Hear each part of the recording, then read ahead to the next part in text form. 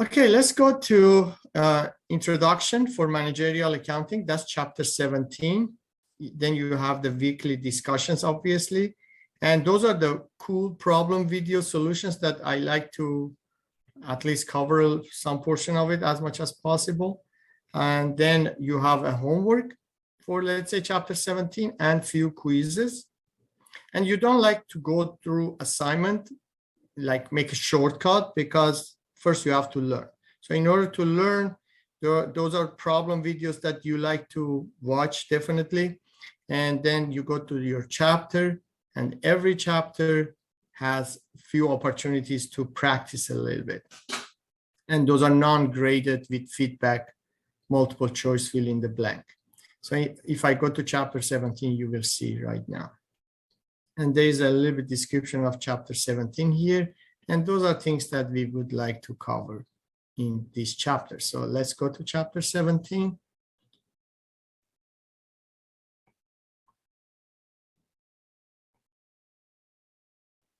So as you see, there is problems here that you can solve if you like to have some extra problems to solve. These three, goal achievement, fill in the blank, and multiple choice, is where you like to go to practice free, non-graded feedback type of practice about this chapter. So I suggest always do those before you start doing any assignments, so you can get some idea if you have enough knowledge to go and do your assignments or not. And read the chapter definitely ahead of time, and that will be the best source for you. So here is the chapter, and those are things that we like to cover. So let's see what's inside, if I can have a quick review on that. Oh, by the way, every chapter also, as you go on page, from one page to another page, you see there is a video lectures that has been already embedded in this website. So definitely watch those video lectures by the author of this book, and it will be a good source of information and review of this chapter. Okay, so let's see if I see something in here. Here is talking about financial accounting and the difference with the managerial accounting. So in managerial accounting, we are more concerned about the inside information that we prepare. In financial accounting, we are more concerned about reporting that we provide to external parties. So financial accounting is for external parties, but managerial accounting is for inside managers and internal source and internal use type of report. Let's go to the next page.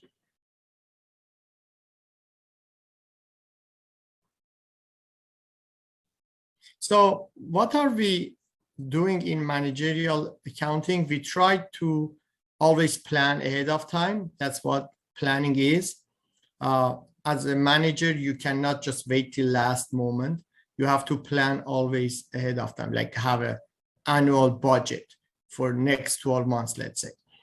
And based on the planning that you had, you have to start directing your operation on a daily basis, quarterly basis, monthly basis, annual basis.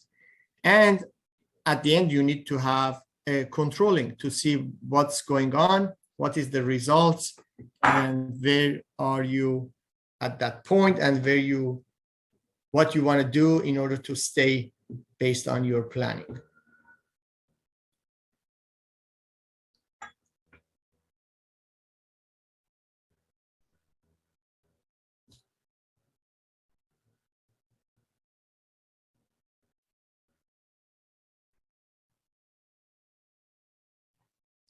So as you see here, the planning, directing, and controlling is three sections of a management responsibility. So they have to have a good type of planning.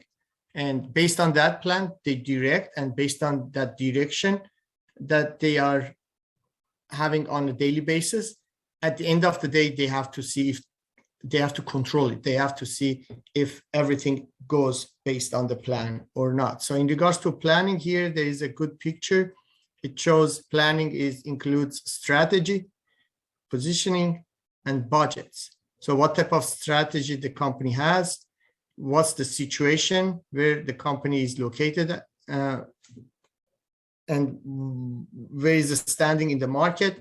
And based on that, what type of budget they're going to have for the next 12 months. So strategy, it's kind of to see what the company has as a core values, what's the mission of the company, and how you want to sustain the company in the market and in the environment, and keep it going so you can have a good positive impact to the society.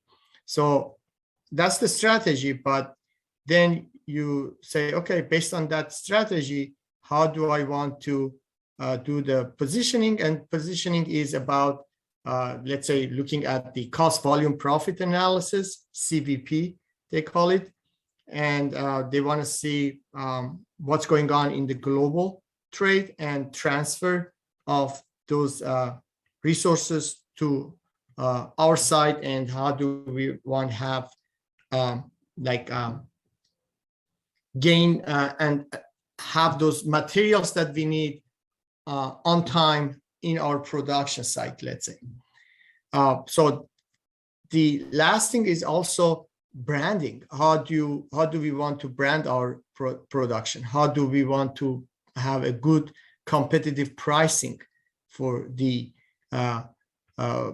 products that we are offering? So those are things that you want to find a good position for your company, to understand your break-even points, cost, understand the target profit, and to understand how to have the materials ready and how to offer your product with a competitive pricing in the market. So it's a good stuff. You can read about this. In regards to, I just missed something here. In regards to CMA certification, I put also something in the module, so you can refer to the website, and also you probably, if you click here, you might be able to go to the website. But other than that, in the Canvas module at the top, very first module, I put the CMA information. That it is a good idea to get certified as CMA or CPA. Like I am a CPA, which is not only is a certification, but it's also a license. But CMA is it's a management certification, so it's a very good type of certification that you can attain to show your knowledge and have better job opportunities. Okay, so let's keep going here. Those are just for now for you to read. Sustainability report is kind of new. Maybe it's about, I can guess, like, I don't know, 10 years old or something. It's a development without depletion of natural resources or negative effect on the environment.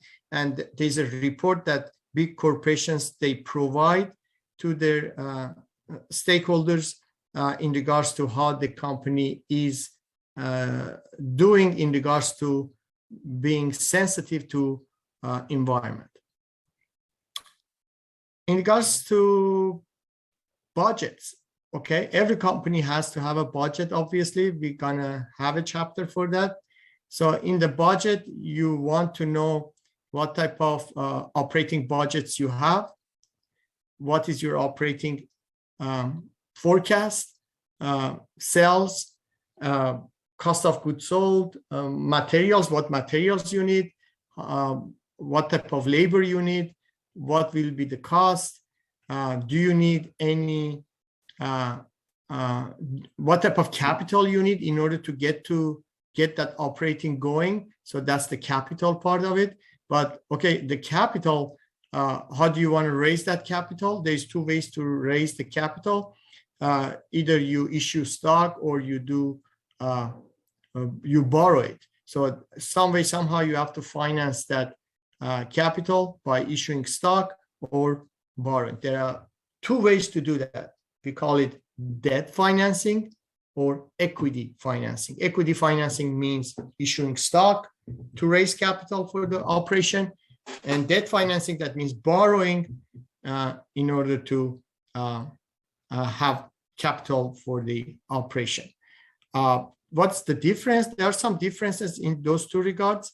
In regards to financing, like borrowing and raising capital by form of borrowing, you have to pay interest. That is the cost of it. And the interest is tax deductible, that's the good part of it.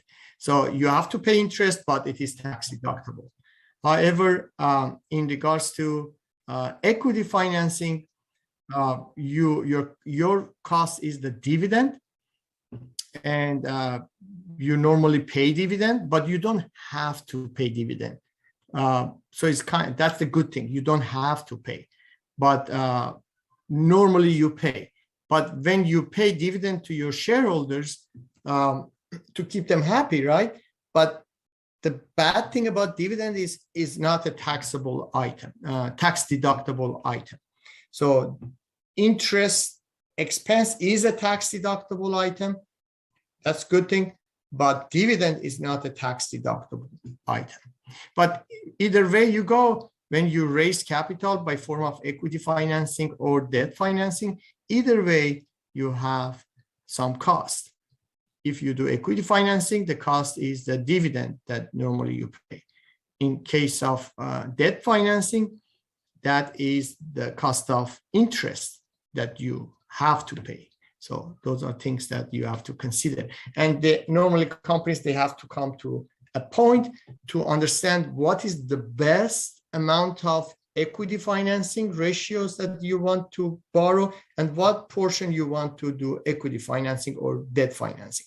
That ratio needs to be calculated. That's where you become a finance major.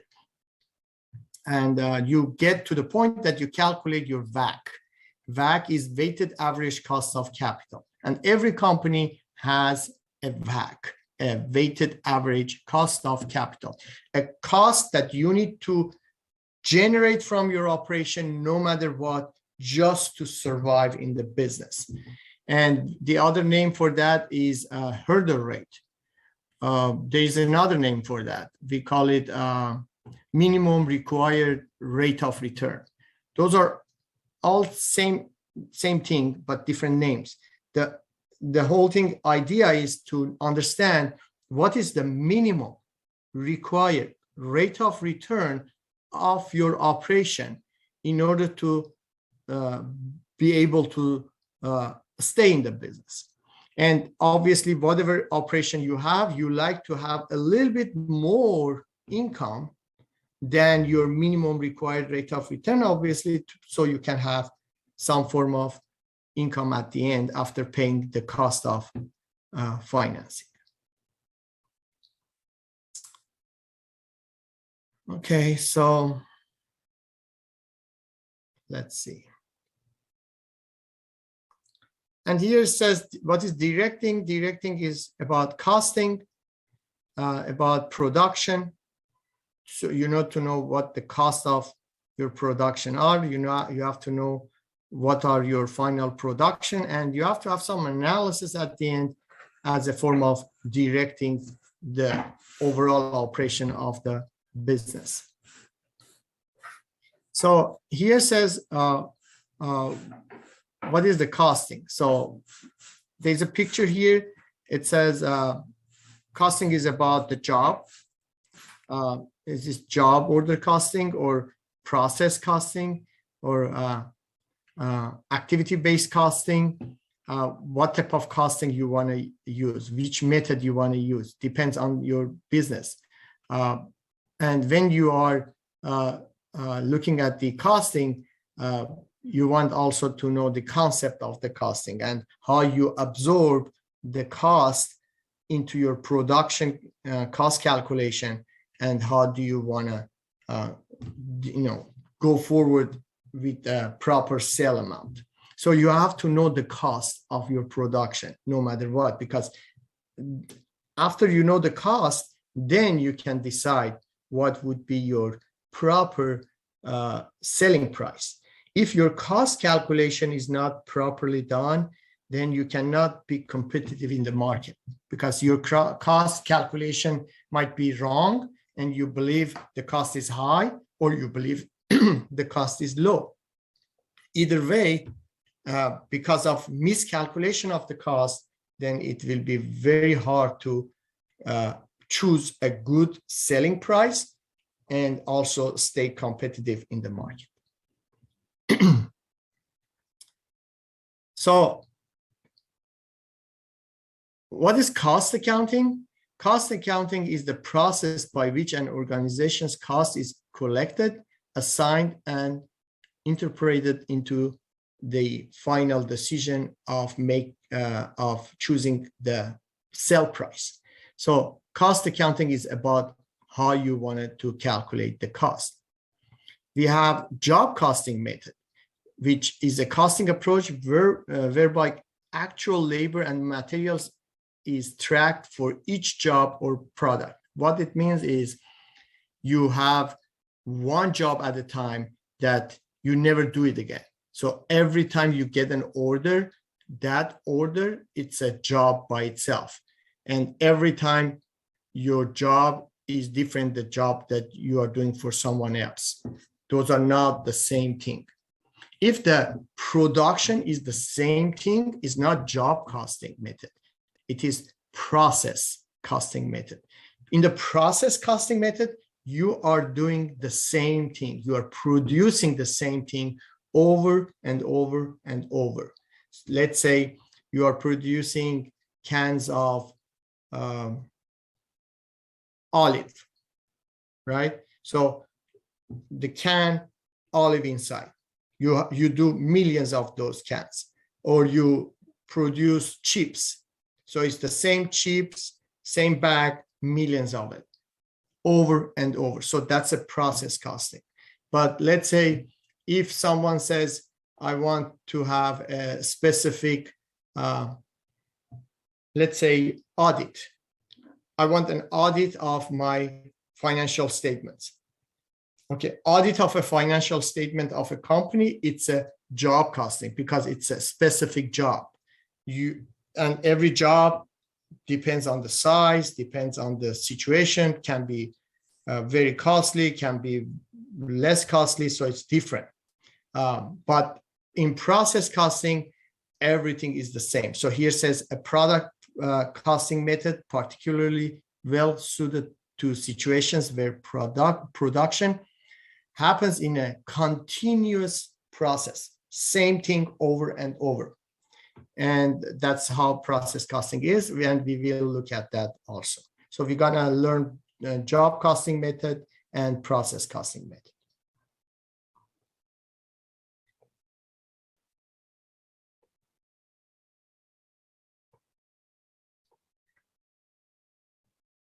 And activity-based costing method, that's a way to calculate the cost, which happens to be a little bit more accurate than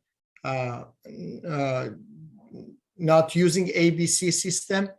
And ABC system is good, but it is a little bit more time consuming and you need more data. So in some scenarios, if your production is very simple type of production, is not complicated, maybe it's not a good idea to use ABC system. But in some cases, you don't have homogeneous type of products.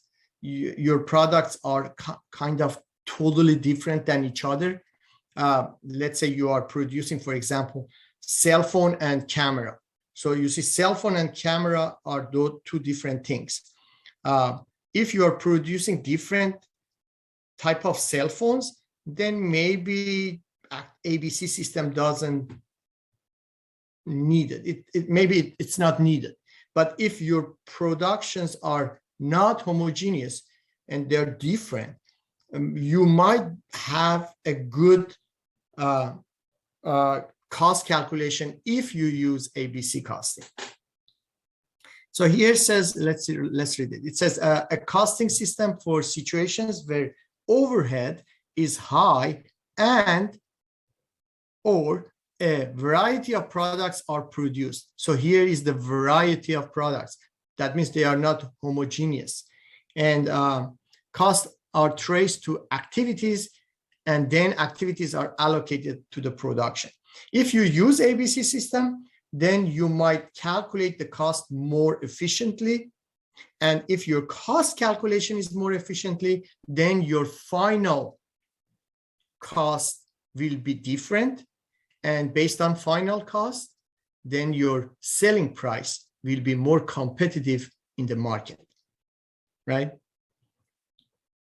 So that is activity-based might be a good idea for you. Some companies might not be a good idea.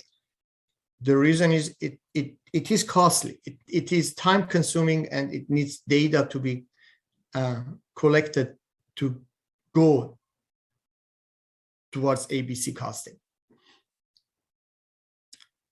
Okay, so let's see. In regards to production, there are some pictures here. It says there are some type of inventory that you just order them in time, and they will be delivered by next day, let's say, and depends. So that's good. The Japanese companies, they introduce that type of inventory system. The good thing is you don't need a large inventory. You can just order it the moment you want it, and it will be, but you need to have a very good supply chain, okay? Other than that, you need to have proper inventory already in your stock, so you never go out of materials and wait for materials to arrive, and that will be disaster. Okay, so that's a good picture over there if you like to look at it. The enterprise resource package, it's a comprehensive database software that tracks an almost endless array of business and accounting data. That is something that is good for big corporations because they want to know what is where at any time. So they want to have a good amount of data in regards to what they have, how many they have, and where is the location of those inventories or supplies that they need for their production. Okay, so there are different ways to track those inventories. And as you see, you can have some options. So you can read this part. It's just reading. Let's keep going a little bit more. Outsourcing, that means in regards to how you want to direct your business and do your production. Sometimes you want to outsource this because you see that if you outsource the part, let's say that you want for your production, you might have a better chance to use the resources to do something else and generate more income instead of wasting your time on making that specific part that you can easily outsource it and have someone else prepare it for you, and then you use that in your production. The contribution margin, it's an important concept for analysis because every manager needs to know what is the contribution margin in the production. Contribution margin is sales, net sales, minus variable cost. Sales minus variable cost gives you a contribution margin that you can contribute to pay for the fixed expenses. So contribution margin is sales minus variable expenses equals contribution margin. And then contribution margin is something that you contribute to pay for every fixed expense in your business. Sometimes also you have special orders situation. Special orders situation is a situation that your company is working, you have some production. You are not fully busy, so you have some available range of activities that you can increase your production if needed. At that point, sometimes you get a special order from someone far away from your work of working area, somewhere in another state, another country, and you get a special order to provide them some type of production with discounted price. And you need to you need to know what is your contribution margin, because if you know what your contribution margin is, then you know what your variable expenses are and what is left over as a contribution margin. And if you know what the contribution margin is, and you know what the special order discounted price is going to happen, then you can see, okay, wait a moment, let's say my contribution margin, let me give you an example. Let's say your sales is $10, your variable expenses are $3, so your contribution is 10 minus 3 is $7. And then you get a special order to sell a product. For example, let's say for $10, $11. So you want to see, okay, this special order, you are not happy with $11. $11 is low because normally you sell it, let's say, for 20. But you want to see, okay, do I want to sell this special order, produce it and sell it? Yes or no? Yes, it's not 20.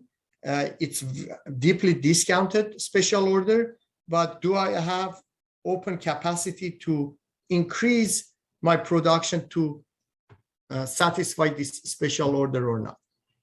So you have to look at your variable expenses and you have to look at your contribution margin and decide if you want to take this order or not. This happens once in a lifetime.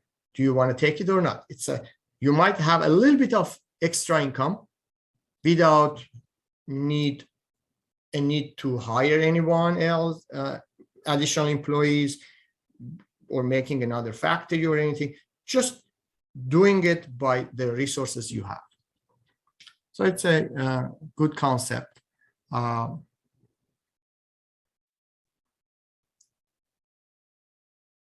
So there are some controlling going on. What is controlling? It's about monitoring your activities, obviously. What is your standard cost for direct material, standard cost for labor, let's say, standard cost for overhead, and what's going on with the variances? We're going to look at those variances, identify where the variances are in compared to standard cost for material, labor, and overhead. Look at some flexible budgets and compare your flex budget with the actual outcome to see where is the favorable part or unfavorable part. And also we have scorecard. Scorecard is some type of data that you collect from your business activities to see what you are doing, how good you are doing, and where are the places that you can have improvements in your business. There is one thing in a management and business operation important that you need all the time to look for improvement, to look at the variances, to look at the differences, data that you have so far, and just find where can be a little bit more improvement. Sometimes just a little bit more improvement on a daily basis, weekly basis, or monthly basis. Those small improvements at the end of the year can make a big difference. Okay, so you can read these parts. We're gonna go to variances and identify how to find them and how to understand where the variance is coming from, because you might just look at the data and you can see the variances, but you have to identify exactly where that variances are coming from, and then do something upon it. And that's the scorecard again, which is a good way to, to evaluate your management decision making, if they are doing good job or bad job, and where they need some improvements. Okay, so here is talking about that quality management. Theory of constraint is efficiency is improved by seeking out and eliminating constraints with the organization. Every organization has some form of constraint. Let's say, for example, we get a lot of deliveries and we say, okay, let's deliver this product. And then we realize that we don't have enough truck to deliver those products. So the truck is the constraint. So if you can find where the constraint is, and then you try to improve it, do something about it, then you can increase the outcome in your overall business activities.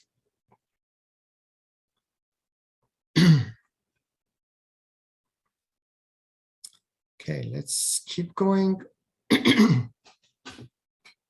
Oh, someone asked me, how about if I want a book? If you want the book, you can obviously order a book. That's your choice. We have the book anyway here. Everything is right there. But if you really, really need a book, then you can order it.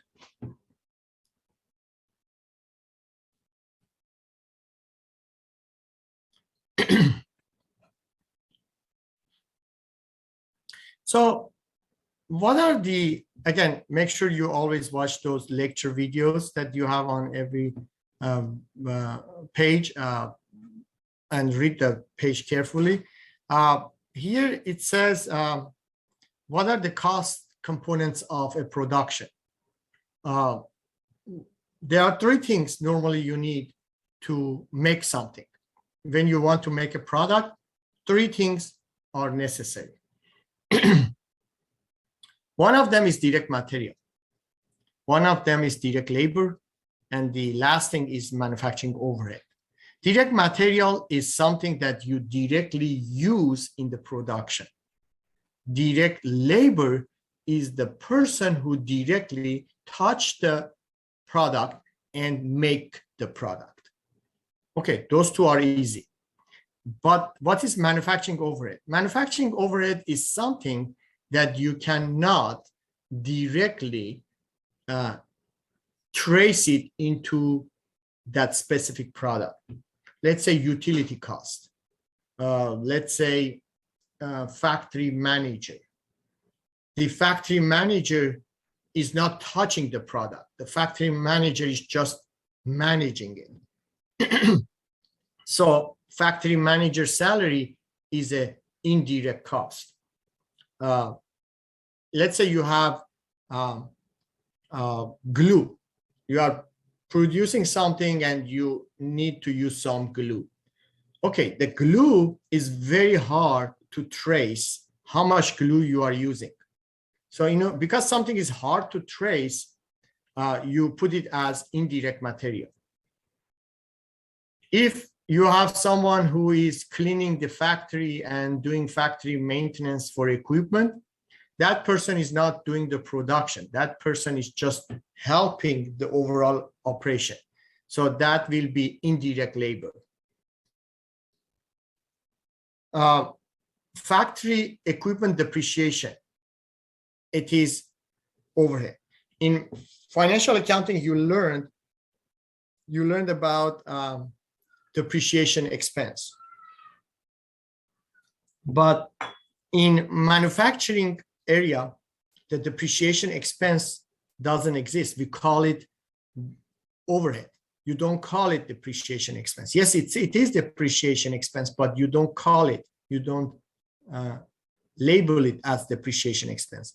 You put it under manufacturing overhead. The repairs, insurance for factory, utilities, property tax for the factory. All this stuff goes into manufacturing overhead. The manager for the factory goes into manufacturing overhead, the cost of salary for managers. The cost of salary for people who make the product, that goes in direct labor. But the cost of salary for people who are in direct labor or a manager of a factory goes in the manufacturing overhead. So what is prime cost? Prime cost is, this is the way I explain it and I remember it. So ready? Here. Primarily, to make a product, you need two things. You need someone to make it for you, and you need some material to use. So one more time, primarily to make a product, you need material, which we call it direct material, and you need someone to do it for you, which we call it direct labor. Okay, let's go to conversion cost. What is it? This is how I explain it. Ready? In order to convert any material, any raw material to final product, you need someone to do it for you, and you need a place to do it. So one more time, in order to convert the raw material to final product, you need someone to do it for you, and you need a place to do it. So what is conversion cost? Conversion cost is direct labor plus manufacturing overhead. That's what conversion cost is.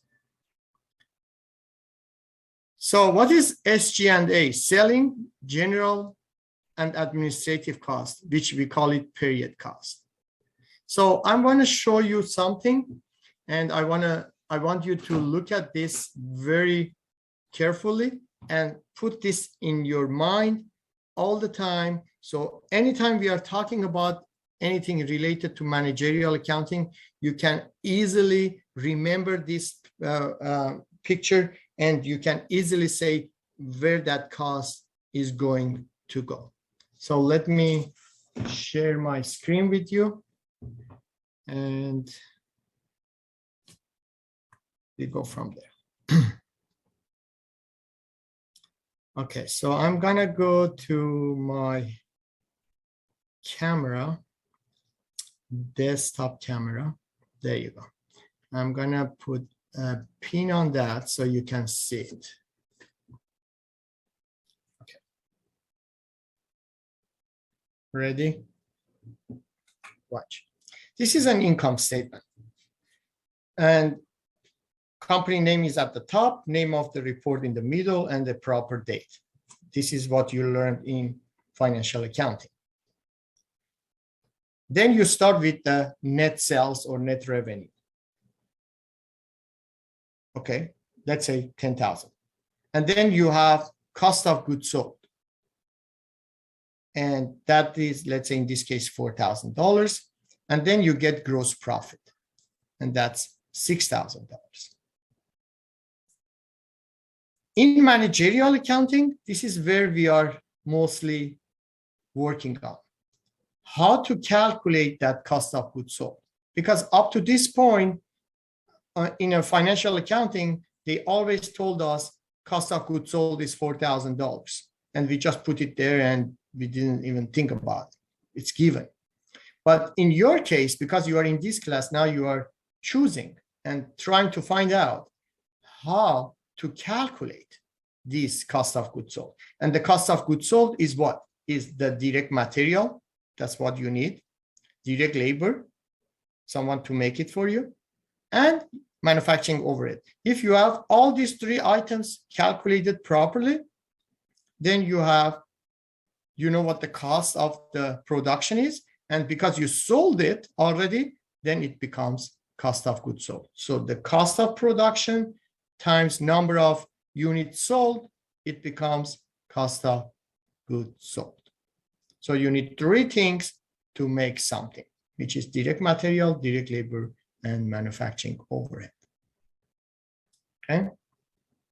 Now, direct material, it's a kind of variable expense, because if you don't produce anything, you don't need material. Direct labor, it's a variable expense, because if you don't produce anything, you don't need labor. However, manufacturing overhead, it's in here, it's two things. It is the variable overhead and the fixed overhead. Fixed overhead is, let's say,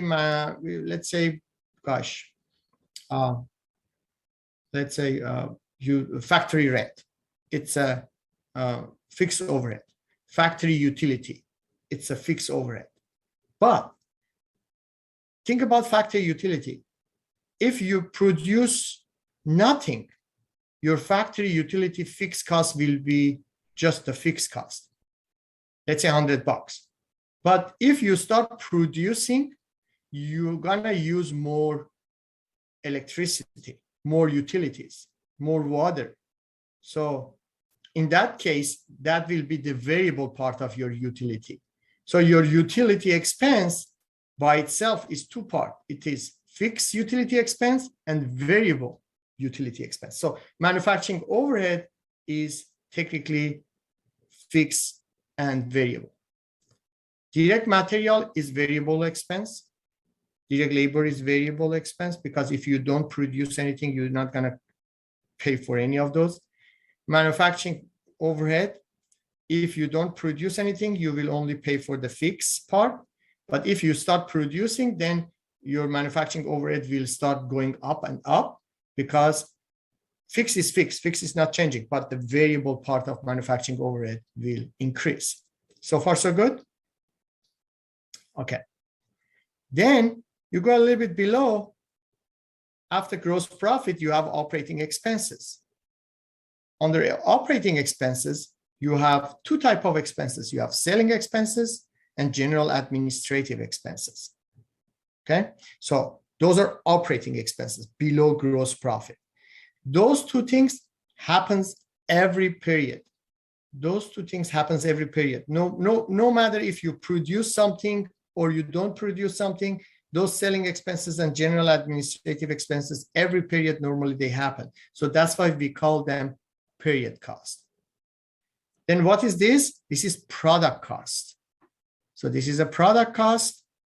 But what is period cost? Period cost is general selling and general administrative expenses, which happens every period. Below that, we have income from operation, obviously. Below income from operation, we have some other revenues or gains. Let's say interest income, gain on sale of used equipment, and other expenses or loss, let's say interest expense or loss on sale of used equipment. And then you have income before tax, and then you have taxes deducted, and then you have net income at the bottom. So here is the part that you already know, but the part that I want you to focus on is this part, okay? What is period cost?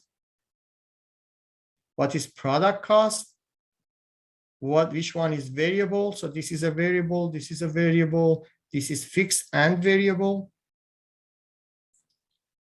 Period cost, again, this is fixed or variable, right? Same thing in here. General administrative can be fixed or variable, right? Manufacturing overhead can be fixed or variable. How about direct material? That's variable. How about direct labor? That's variable. So direct labor is variable, direct material is variable, but manufacturing can be fixed, can be variable. Okay. So that's good for now. So we we covered that already, product versus period cost. So we know what the product cost is. Product cost is the direct material, direct labor, and factory overhead. And period cost is something that happens in the operating expenses every period, and we call it period cost, which is selling expenses and general administrative expenses. Those are two categories of operating expenses. So that's the period cost. And we covered that. Let's see what else is here.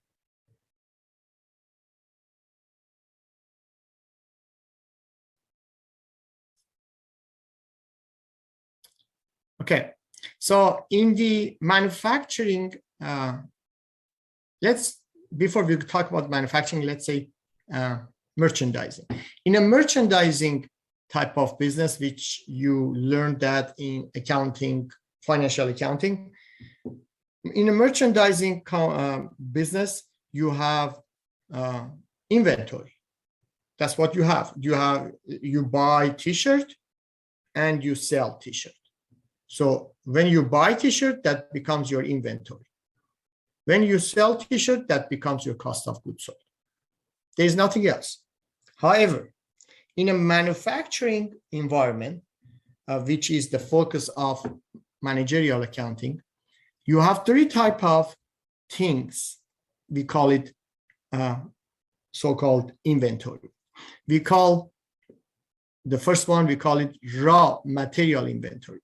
Those are the components that will be used in manufacturing units that are not yet started, also known as direct materials. So they become direct materials. Raw material is not direct material yet. Raw material will become direct material later.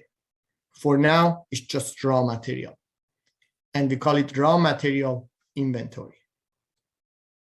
Work in process, it's where you put the three things to make the final products. Those three things are direct material, direct labor, and overhead. So here says goods that are in the production, but not yet complete. Very important, not yet complete. Because at the moment it gets complete, it goes to the finished goods. So it's not yet complete. You are trying to make it complete. So in order to make a product, you take it to the work in process, and that's an inventory by itself. We call it work in process inventory, which is combination of material, direct labor, and manufacturing overhead. The moment all these three things are combined and finalized, they go to another inventory. We call it finished goods. Finished goods represent the cost of completed products waiting for sales. Okay, so we have three types of inventory in manufacturing area. In a merchandising business, we have just one inventory, T account. That's it, case closed. But in a manufacturing business, we have three T account for inventory: raw material inventory, T account; work in process, T account; and finished goods, T account. Okay. Schedule of raw materials. I want you to learn something first. Let me see if I have something written here for you before. Otherwise, I will make it. Yes, I have right there. Okay, let me again share my screen for a second.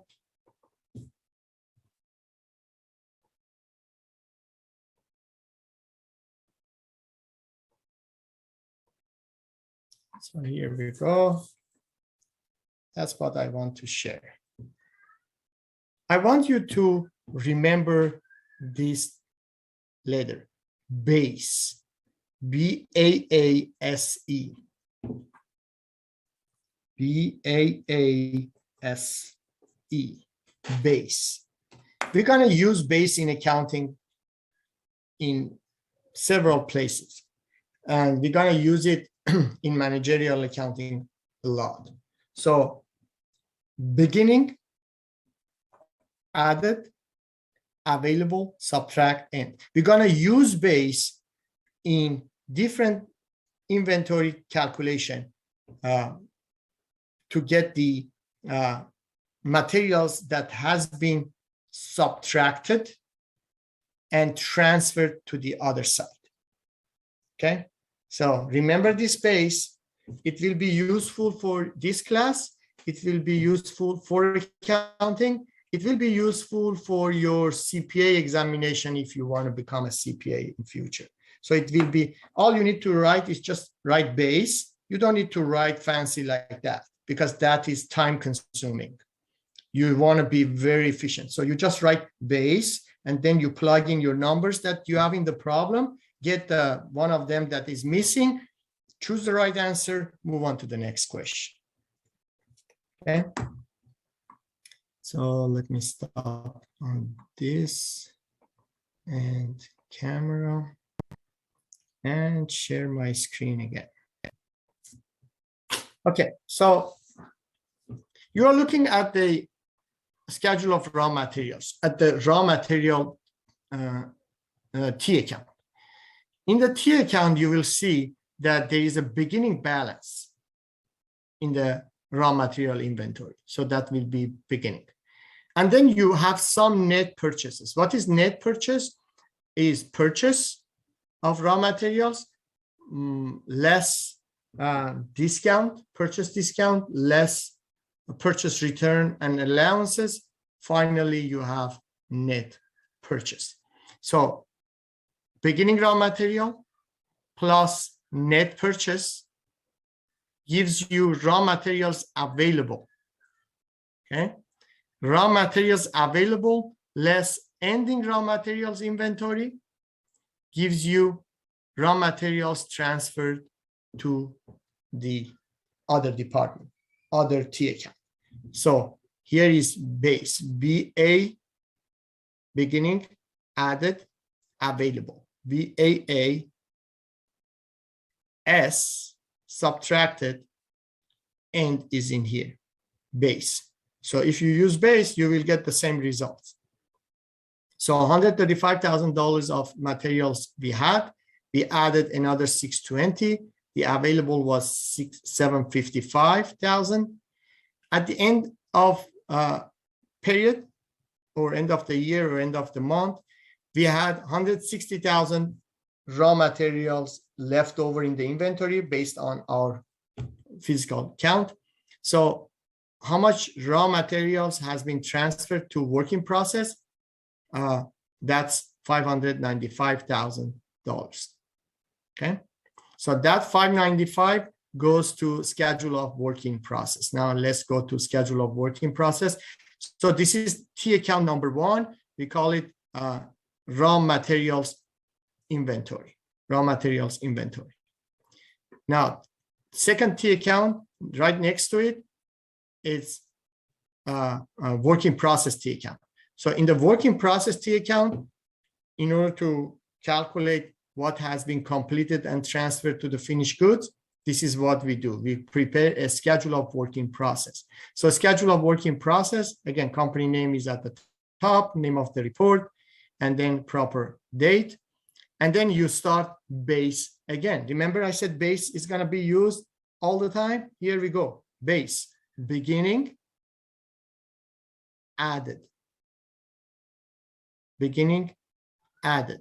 Okay, let's go with the beginning. Beginning was $425,000, half finished production in working process, half finished.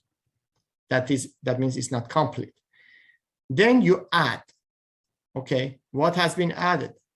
Added to the working process. No, you add to the working process three things. You add direct material, you add direct labor, and you add overhead. So one more time, what do you add to the working process? Three things to complete your production, right? Direct material, direct labor, and overhead. So here is 595 direct material, that came from where? From this T account right there.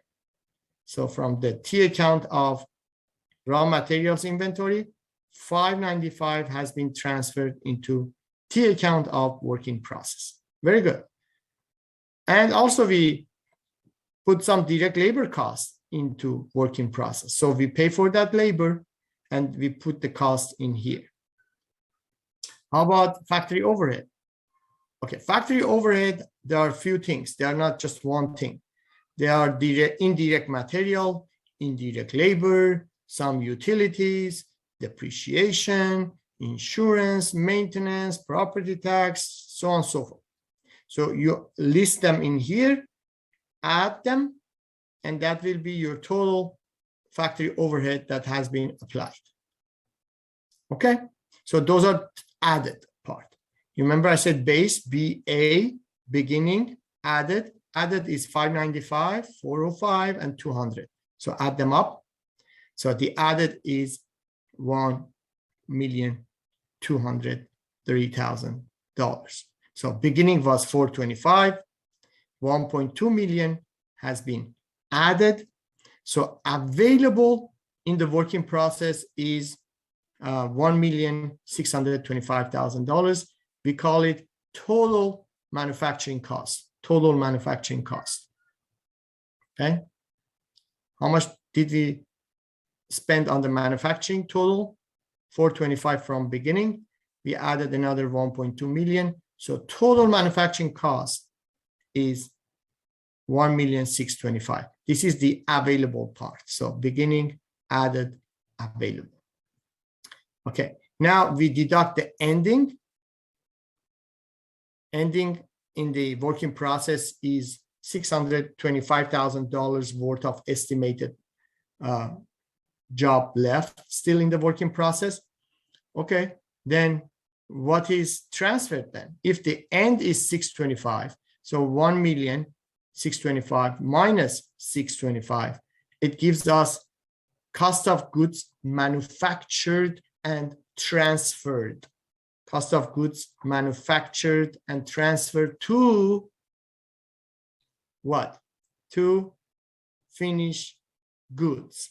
Cost of goods manufactured and transferred to finished goods, T account. I told you there are 3 types of T accounts. Remember one more time? Where was that? It was here. Oh yeah, here. You see, raw material inventory, we need a base to calculate that. Work in process, we do base again to calculate that. We just did. And now we go to finished goods inventory. So let's go to finished goods inventory. Here is schedule of cost of goods manufactured, we call it. Schedule of cost of goods manufactured. See, cost of goods manufactured. 1 million. So let's use that. So what has been manufactured? Beginning raw material inventory was 135. Okay, beginning raw material was 135. Net purchase was 620. So raw materials available is 755. Less ending raw materials of 160, that gives you raw material transfer to production, which is 595. This part right there is technically the same thing. See that T account? That T account of raw materials T account, calculation schedule of raw materials, it will be repeated in here again, right there. Okay. So this is the direct material. How about labor? So we had some labor, 405, direct labor. And we know what direct labor is because we paid for it, right? So that goes there. And then factory overhead will be added a little bit here. There are several things. And combined will be 200,000 total factory overhead. So as you see, when you're calculating schedule of cost of goods manufactured, you say, yes, I put 595 raw materials, I put 405 direct labor, and I put 200,000 of overhead. Total manufacturing cost is 1.2 million. Okay, and work in process inventory at the beginning was 425. So that's available of 1625, less ending work in process of 625. That gives you cost of goods manufactured of 1 million. And that is this part. So you have schedule of raw materials. That's a good template. If you are doing, let's say, homework says schedule of work in process, this is a good template. However, the best one is schedule of cost of goods manufactured, which is very complete. And this is a very good template for you to use to solve your problems if you have any assignments. Okay, maybe homework, maybe quiz. This is how you follow it based on this structure. Okay, after we have this one, which is kind of complete compared to that and the other one, so it's a kind of all in one place. We prepared cost of goods manufactured. This cost of goods manufactured calculation is technically happening in the key account for work in process. This is technically the whole thing that happens in the working process, the whole thing. Okay, that is working process. But I want to know what is the schedule of cost of goods sold. This schedule of cost of goods sold is the finished goods inventory T account. Finished goods inventory T account.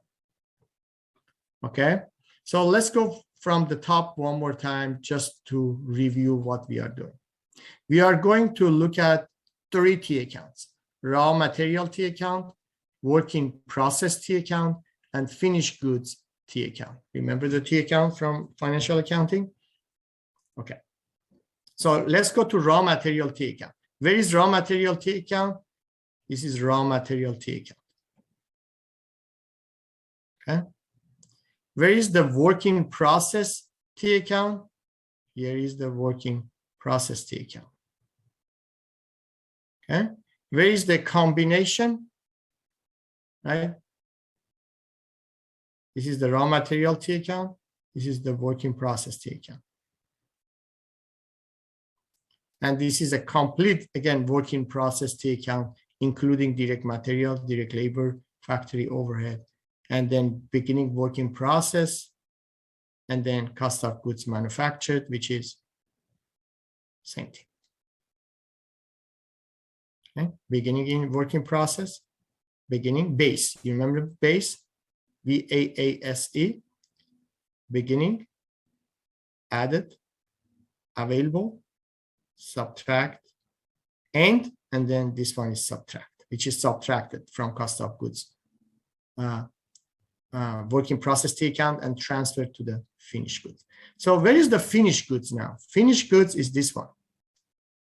So go to the, imagine the T account for finished goods. If you like to draw it on a piece of paper, draw the T account.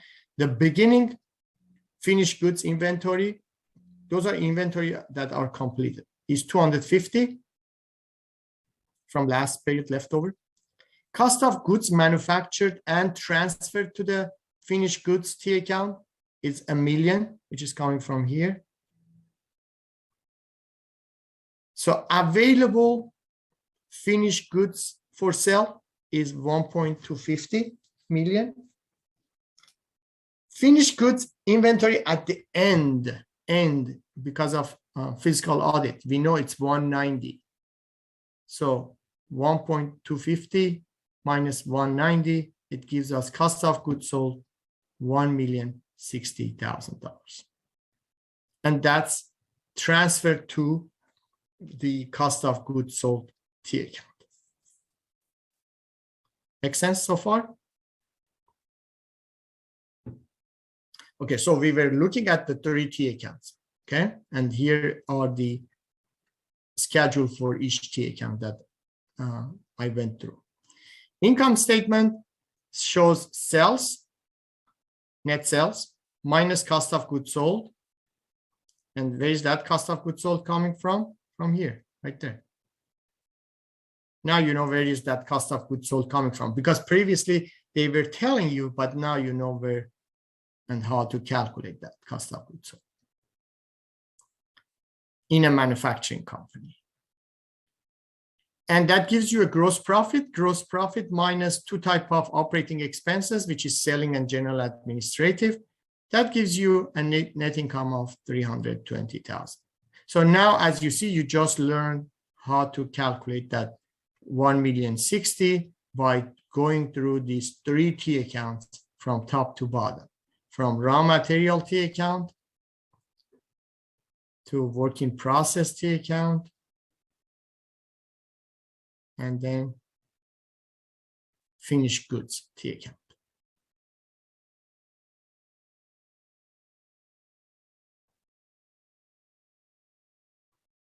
So here is a good picture, looks like.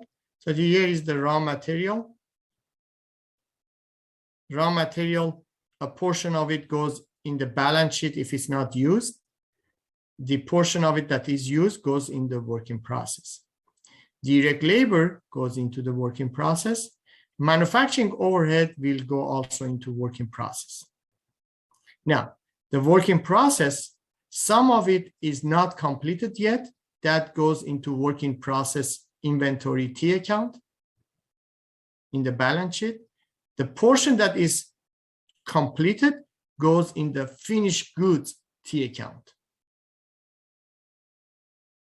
The finished goods T account goes into 2 places. A portion of finished goods that is not sold yet goes into finished goods inventory in the balance sheet, but the part that is sold from finished goods goes into the cost of goods sold in the income statement. Also, we have non-manufacturing costs, which is period cost. And that period cost is 2 parts, selling and administrative expenses, and that goes into income statement too. So now you have a complete balance sheet with 3 T accounts: raw material T inventory T account, work in process inventory T account, and finished goods inventory T account. And then we have also cost of goods sold T account that goes into income statement, and general administrative expenses T account that goes into income statement.